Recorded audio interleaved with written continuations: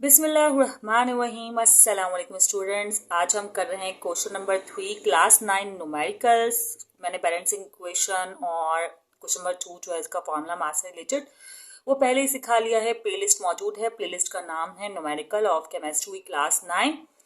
ठीक है, आप वहां से देख सकते हैं। ओके, अच्छा यहाँ पे क्या है कि आपको निकालना है मॉलिक्यूलर मास। तो जिसने फॉर्मूला मास की वीडियो देख ली है उसके लिए तो बहुत बहुत बहुत ज़्यादा आसान काम है, क्योंकि मॉलिक्यूलर मास हो, फॉर्मूला मास हो या मोलर मास हो, सबको फाइंड करने का तरीका जो है वो एक ही होता है। अब क्या होता है देखिए, वहां ना मैं दोनों मेथड्स करवाएं, आप वो देख लीजिएगा। मैं वीडियो का लिंक कोशिश करूंगी डिस्क्रिप्शन में मेंशन कर दूं।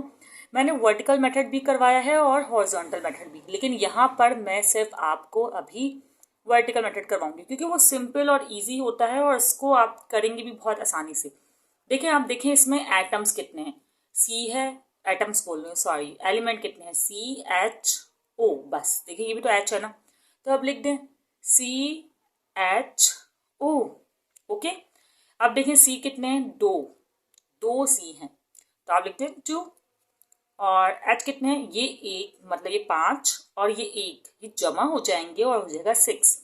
तो आपके पास 6 हाइड्रोजन्स है और ऑक्सीजन कितने हैं आपके पास, 1।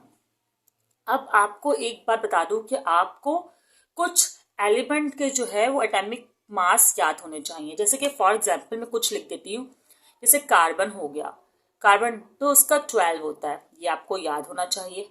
ऑक्सीजन हो गया 16 होता है, ये आपको रिमेंबर करना है। हाइड्रोजन 1, ठीक है। इसी तरह सोडियम 23, ओके। और फिर इसी तरह क्लोरीन 35.5, कुछ लोग 36 भी लिखते हैं इसको।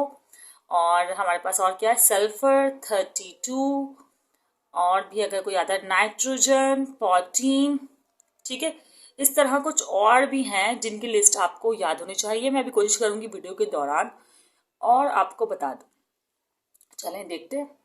अब क्या करना है, इसको आपने इसके एटॉमिक मास से मल्टीप्लाई करना है कि कार्बन का है 12, तो आपने 12 से किया मल्टीप्लाई। याद करना आसान है, इतना मुश्किल नहीं भाई, हम इतने नंबर्स कैसे याद रखेंगे। कम से कम 10 to 15 एलिमेंट्स का तो आप याद रख सकते हैं, बाकी भी होते जाते हैं साथ साथ। अब हाइड्रोजन का जो है 1 है और ऑक्सीजन का जो है वो 16 है, ठीक है। आपने क्या करना है, मल्टीप्लाई 2, 12 हो जाएगा 24, ये हो जाएगा 6 एंड ये हो जाएगा 16। अब इसको सम अप करना है आपने, तो सम अप करने के बाद क्या आएगा, इसको सम करने के बाद आएगा 46। तो बस यही है इसका मॉलिक्यूलर मास, यहाँ लिख दें मॉलिक्यूलर मास। वैसे मैंने एक और भी लिखने का तरीका बताया था लास्ट वीडियो में, आप लोग को देख सकते हैं, इज इक्वल टू 46 और यूनिट होता है AMU। इजी है, ठीक है। अब जल्दी से एक और पार्ट कर लेते हैं, अगर नहीं आया होगा तो इस पार्ट से तो आ ही जाएगा। इससे तो हर कोई वाकिफ है ना कि ये H2O क्या होता है, वाटर का फॉर्मूला है, ठीक है। H2O सब जानते हैं, जितना पढ़ते हैं, मेरे ख्याल से जो नहीं पढ़ते उनको भी पता होगा, ठीक है। तो अब आपने क्या करना है कि मैं वर्टिकल मेथड ही करवाऊँ या आप लोग चाह रहे हैं हॉरिजॉन्टल मेथड भी करवा दूँ। चलो इसमें वर्टिकल करवाती हूँ, एक और मैं हॉरिजॉन्टल करवा दूँ। देखिए ये है हाइड्रोजन और ये है ऑक्सीजन। अब हाइड्रोजन यहाँ कितने हैं, 2। देखिए इस पावर को काउंट करते हैं और यहाँ पर 1 2 ज़ा 2। अब ये कितने हैं, ये तो 1 ही है, ठीक है। हाइड्रोजन का आपको पता है कि 1 एटॉमिक मास से मल्टीप्लाई करना है, सॉरी। और ऑक्सीजन का है 16, वो आपने लिख लिया। अब 2 1 ज़ा 2 होगा और 1 16 ज़ा 16 होगा, ये तो इजी सी बात हो गई, आपको समझ में आ गया। अब आपने क्या करना है, आपको मॉलिक्यूलर मास मालूम करना है ना, तो आप इसको कर लेंगे सम। तो आ गया 18 और 18 को आपने लिख दिया AMU। और आप चाहे तो वर्डिंग में लिख के बता देती हूँ, आप यूँ लिखें मॉलिक्यूलर मास ऑफ H2O, इस तरह लिख सकते हैं, मॉलिक्यूलर मास ऑफ H2O, जिसे आप जानते हैं कि वाटर है, इज, मुझे आगे एक और क्वेश्चन करना है इसलिए मैं आगे नहीं लिख रही हूँ, लेकिन कोई बात नहीं है, ठीक है। इज 18 AMU, सही है।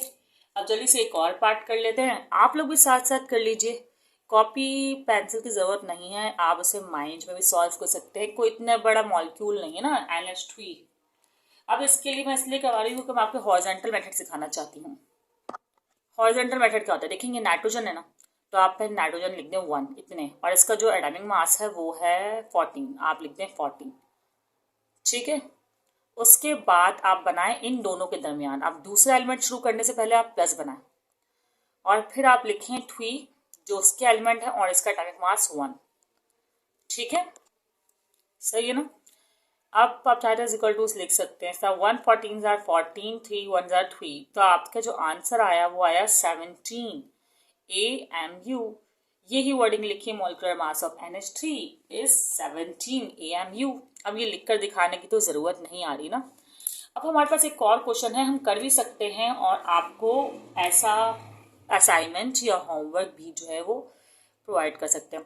भाई कार्बन डाइऑक्साइड CO2, इसका एटॉमिक मास निकालना है आप लोगों ने इसी मेथड से। चलो ले कर भी लेते हैं, चलो क्या याद रखेंगे। कार्बन का है 1 multiply by 12 sum and 2 multiply by 16। अब करिए इनका सम, 1 2 12 जार 12 और 2 16 जार 32। तो आप इसको आप जमा करेंगे ना तो आपके पास आ जाएगा 44 AMU। ठीक है, और ये आपके पास तकरीबन आपने सीख लिया कि भाई मॉलिक्यूलर मास कैसे निकालते हैं। बहुत इजी से था, 5 मिनट की या 6 मिनट की हमारी ये वीडियो है। आप इसकी कर लिया प्रैक्टिस। अब हम नेक्स्ट क्वेश्चन में सीखेंगे कि नंबर ऑफ मोल्स कैसे निकालते हैं और बाकी भी कुछ चीज़ें जो आपके कोर्स में शामिल हैं।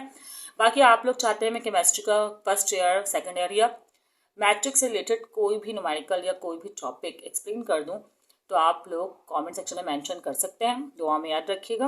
अल्लाह हाफिज़।